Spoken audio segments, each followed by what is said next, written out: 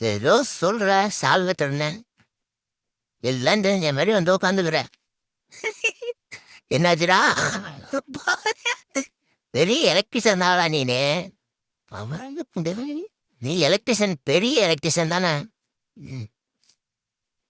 எப்பேரு வெட்ட ஆளு நீனு? உனக்கு கீழே நாங்கெல்லாம் வேலை பார்க்குறோம், ஒரு 10 பேர் வேலை பார்க்குறோம். இங்க பெரிய வீடாண்டா, குடிக்கிற ஸ்டைல்லே தெரியுதுடா. ஐயோ, புது விதமா கொளுத்தி எறிகிறான்டா. ஏய், சிரிப்ப பாருங்க.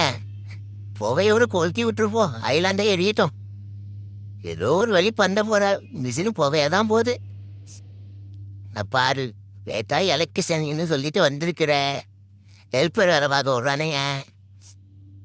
என்ன தோணுதோ பண்ணு, நம்ம ஐலாண்டு வா பார்த்துக்கலாம். எலக்ட்ரிஷியன் சரியில்லாதனால புதுசாக ஒரு ஆள் சார்பாக இறக்கியிருக்கோம்.